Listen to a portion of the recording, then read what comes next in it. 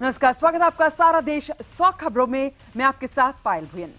आज देश भर में धूमधाम से गणपति उत्सव मनाया जाएगा। गणेश चतुर्थी के त्योहार का आगाज हो गया है। इस मौके पर मुंबई में खास धूम रहती है। मुंबई में चारों तरफ गणपति बप्पा मोरिया की गूंज सुनाई दे रही है। प्रधानमंत्री ने देशवासियों को बधाई दी है।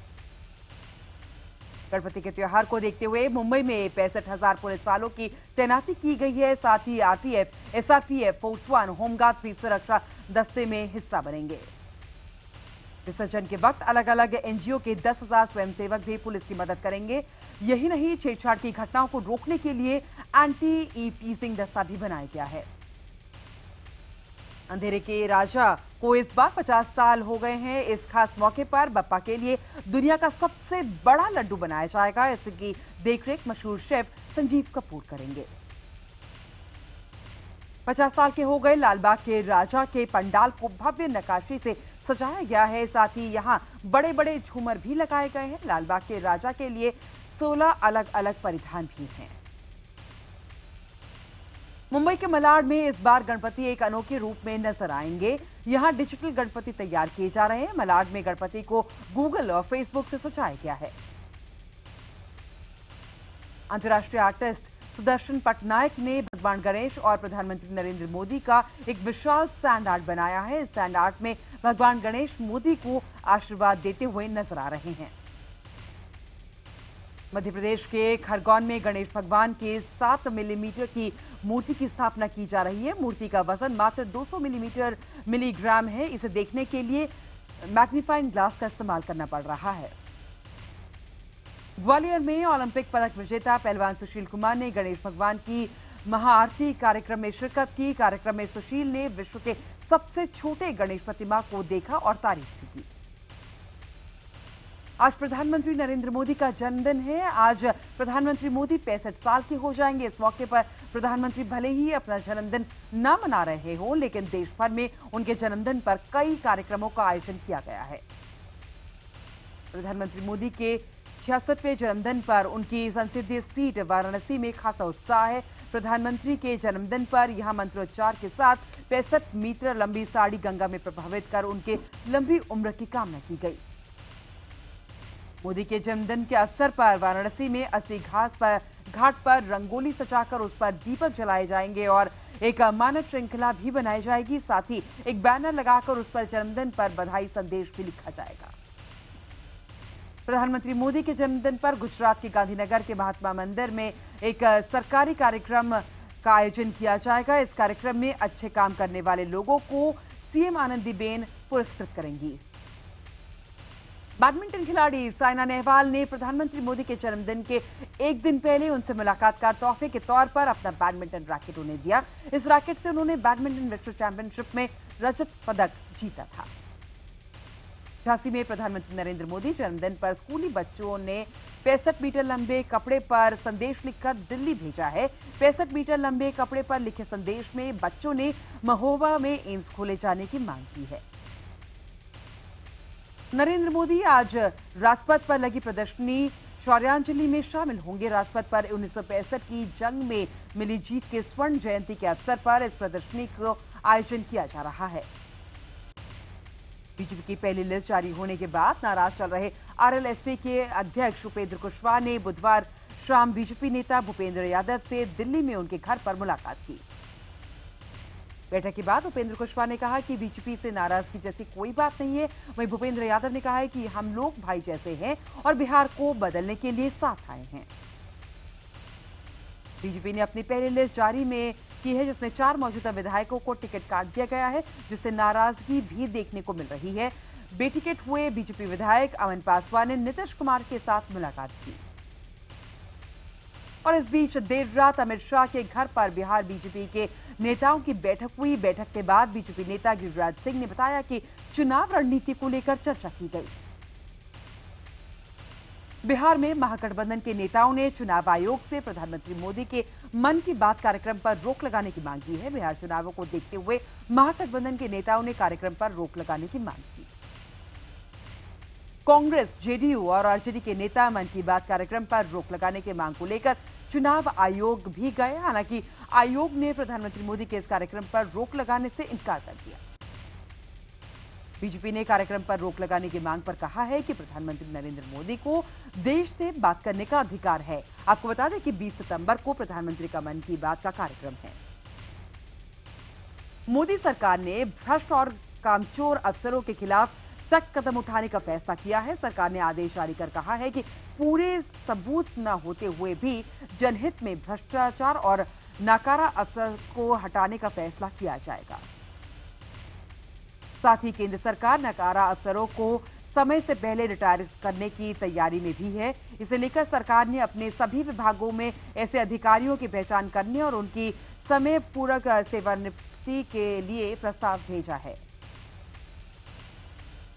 पूर्व प्रधानमंत्रियों राजीव गांधी और इंदिरा गांधी की तस्वीरों वाले डाक टिकटों को बंद करने के सरकार के फैसले को लेकर कांग्रेस और सरकार में ठन गई है। कांग्रेस ने इस संकीर्ण सोच का नतीजा करार दिया है और इस पर पलटवार करते हुए दूरसंचार मंत्री रविशंकर प्रसाद ने कहा है कि कांग्रेस के नेताओं को केवल एक ही परिवार के लोग नजर आते हैं। उन्होंने कहा है कि मौलाना अबुल कलाम आजाद और अंबेडकर कांग्रेस के ही थे, लेकिन इनके डाक टिकट नहीं हटाए गए हैं। प्रधानमंत्री नरेंद्र मोदी की अध्यक्षता में कैबिनेट की बैठक में कई अहम फैसले किए गए। स्मार्ट सिटी की तर्ज पर गांव को स्मार्ट बनाने के लिए श्यामा प्रसाद मुखर्जी रूरबन मिशन को कैबिनेट ने मंजूरी दी है। गांव को स्मार्ट बनाने के लिए 52,000 करोड़ रुपए स्वीकृत किए गए हैं। इस योजना के जरिए गांव को शहरी जैसे सुविधाएं मिलेंगी। स्मार्ट शहरों के बाद ये मोदी सरकार की एक और महत्वाकांक्षी योजना है। दिल्ली में डेंगू का कहर बढ़ता जा रहा है। डेंगू के चलते दिल्ली में मरने वालों का आंकड़ा बढ़कर 12 तक पहुंच चुका है। साथ ही दिल्ली में डेंगू के 1900 से ज्यादा मामले सामने आए हैं।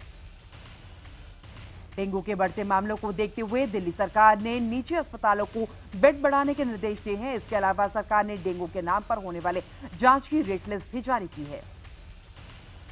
दिल्ली सरकार ने निर्धारित रेट से ज्यादा वसूली करने पर कड़ी कार्रवाई के निर्देश दिए हैं। उधर दिल्ली में बढ़ रहे मरीजों की संख्या से अस्पतालों में हालात बदतर होते जा रहे हैं।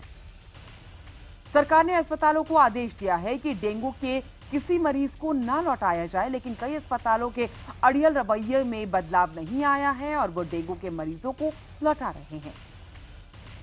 लाजपत नगर में 40 साल की एक महिला की डेंगू से मौत हो गई। महिला के परिजनों का आरोप है कि निजी अस्पताल की लापरवाही से उसकी जान गई। डेंगू की वजह से राजधानी दिल्ली के कई इलाकों में बकरी के दूध की कीमत 2000 रुपए लीटर हो गई है। माना जाता है कि बकरी के दूध से प्लेटलेट्स बढ़ते हैं। दिल्ली के रोहिणी, मंगोलपुरी, अलीपुर इलाके में डेंगू काफी बड़ा है और जो लोग इन इलाकों में बकरी पालते हैं वो इसके भारी मांग के चलते इसका दूध बेचकर चांदी काट रहे हैं। लोग डेंगू के कहर से डरकर बकरी के दूध में इसका इलाज ढूंढ रहे हैं, लेकिन डॉक्टर्स की राय अलग है। डॉक्टर्स के मुताबिक बकरी के दूध से डेंगू के इलाज का कोई दावा सही नहीं है। दिल्ली के अलावा हरियाणा और पंजाब में भी डेंगू पैर पसारता नजर आ रहा है। सरकारी आंकड़ों के मुताबिक दोनों राज्यों में अब तक डेंगू के 1500 केस सामने आ चुके हैं, जबकि 4 लोगों की मौत हो चुकी है। उधर हरियाणा के स्वास्थ्य मंत्री अनिल विज ने डेंगू के लिए दिल्ली को जिम्मेदार ठहराया है। विज के मुताबिक डेंगू सबसे पहले दिल्ली एनसीआर में फैला और इसके आसपास की ही अधिक है। अहमदाबाद में डेंगू अपने पांव पसार रहा है। पिछले 2 दिनों में 2 मौतें हो चुकी हैं। डेंगू के मरीजों के आंकड़े भी लगातार बढ़ रहे हैं। हालांकि प्रशासन लगातार दावे कर रहा है कि वो डेंगू को लेकर पूरी तरीके से एहतियात बरत रहा है। सोमनाथ भारती की अंतरिम राहत की मियाद खत्म हो रही है। आज इस पर दिल्ली हाईकोर्ट में सुनवाई है। सोमनाथ पर पत्नी लिपिका ने हत्या की कोशिश, दहेज उत्पीड़न और घरेलू हिंसा के आरोप में केस दर्ज कराया है। IBN 7 से खास बातचीत में सोमनाथ भारती ने कहा कि सिर्फ उन्हें गिरफ्तार करने के लिए पुलिस ने उन पर 307 यानी कि हत्या के प्रयास की धारा लगाई है, क्योंकि बाकी धाराओं के तहत उनकी गिरफ्तारी मुमकिन नहीं थी। सोमनाथ भारती ने दिल्ली पुलिस और प्रधानमंत्री मोदी पर भी निशाना साधा है। उन्होंने कहा है कि दिल्ली पुलिस जांच करने में नहीं जुटी, बल्कि प्रधानमंत्री के इशारे पर देश भर में उनको तलाश रही है। सोमनाथ ने कहा कि रिटायरमेंट के बाद बीजेपी की सीट हासिल करने के लिए प्रधानमंत्री मोदी के इशारे पर दिल्ली पुलिस कमिश्नर बीएस बसी राजनीतिक बयानबाजी करने में जुटे हुए हैं। बसी ने सोमनाथ के आरोपों को गलत करार दिया।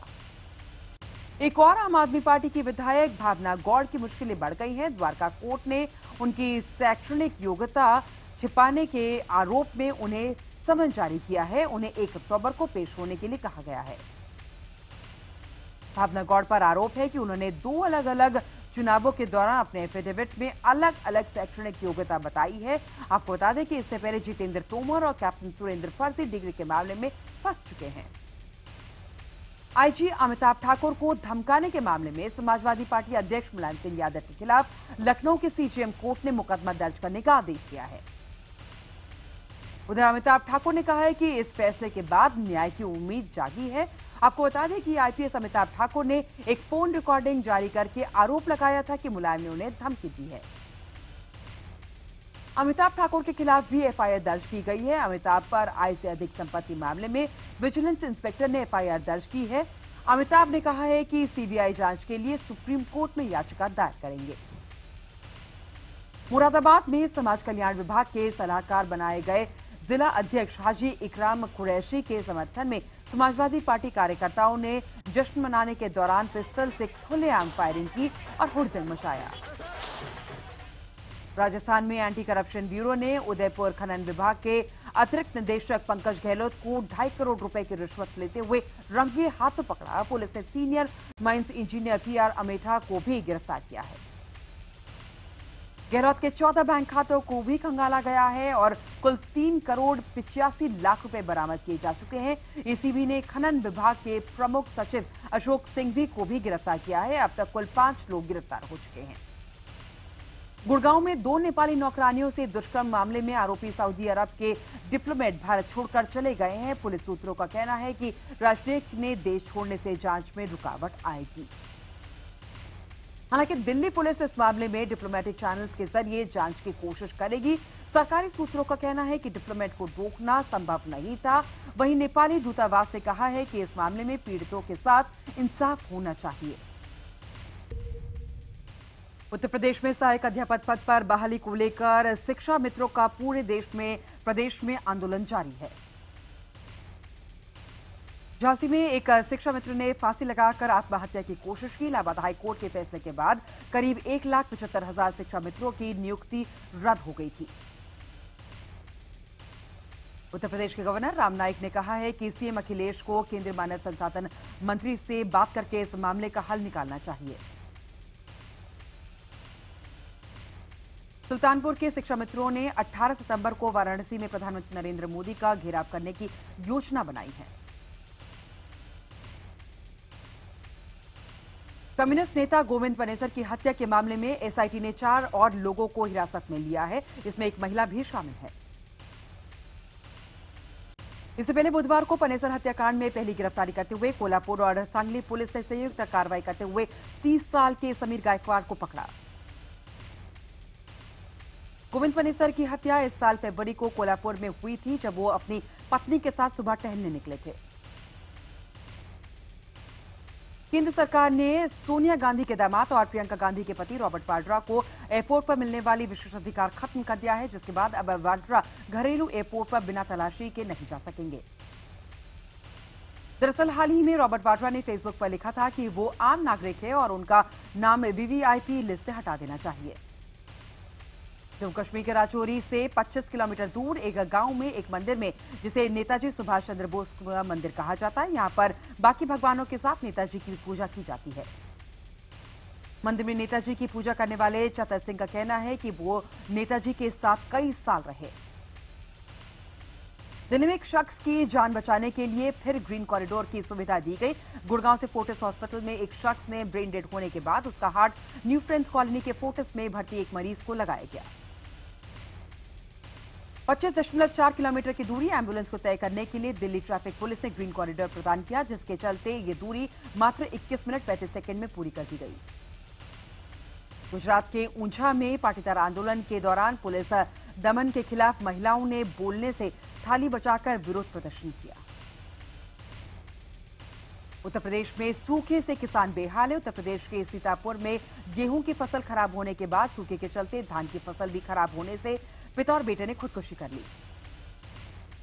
इसी तरह उन्नाव और महोबा में भी एक किसान ने खुदकुशी कर ली। सूखे से उत्तर प्रदेश के 3 जिले बुरी तरीके से प्रभावित है।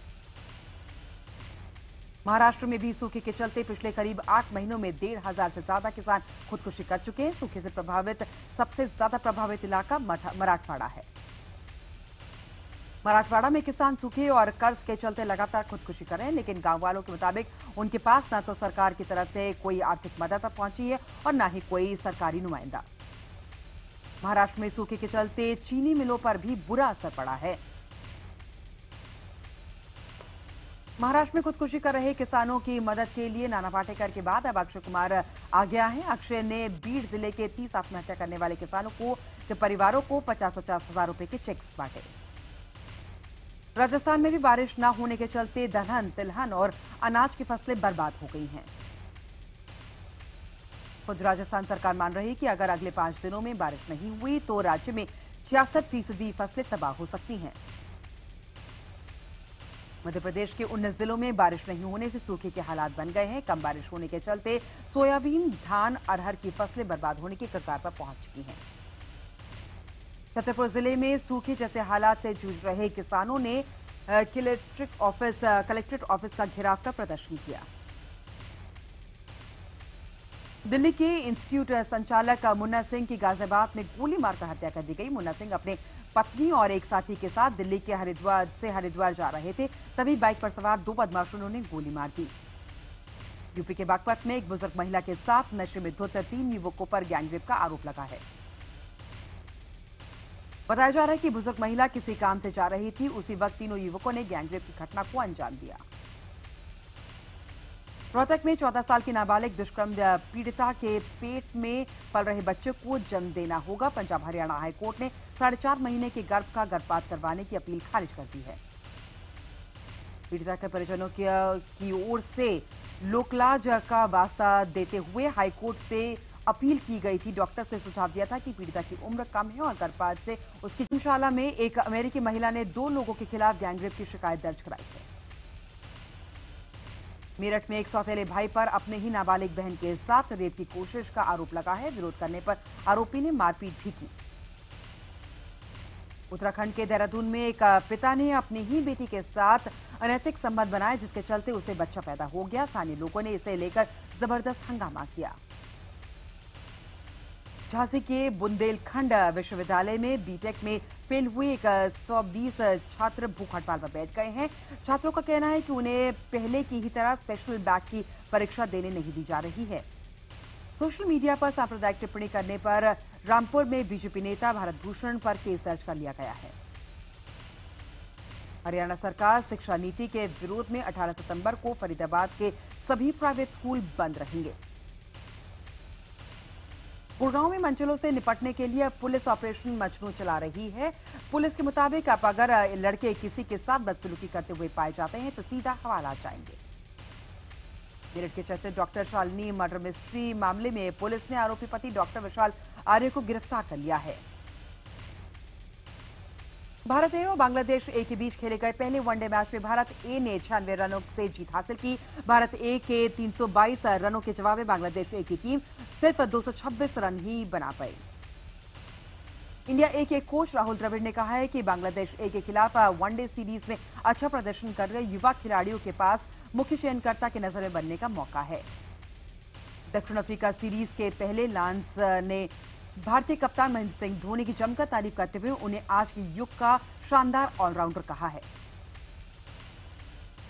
भारतीय वनडे कप्तान धोनी और सहवाग 17 सितंबर को ओवल पर एक साथ चैरिटी मैच खेलेंगे। धोनी और सहवाग की टीम में पाकिस्तान के शाहिद अफरीदी और दक्षिण अफ्रीका के हर्षल गिब्स भी होंगे। गुरमीत बाबा रहीम की दूसरी फिल्म एमएसजी 2 का प्रीमियर गुड़गांव के लेसर वैली ग्राउंड में हुआ। ऋतिक रोशन की एक्स वाइफ सुजैन दूसरी शादी करने जा रही है। सुजैन की दूसरी शादी की खबरों का खंडन करते हुए जरीन ने कहा है कि इन खबरों में कोई सच्चाई नहीं है। पॉर्न स्टार मियां खलीफा ने बिग बॉस में शामिल होने की अटकलों को सीधे तौर पर खारिज कर दिया है।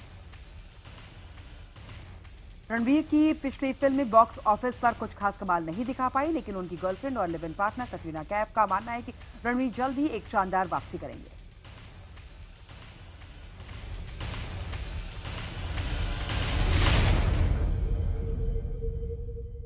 जान को खतरा हो सकता है। हिमाचल के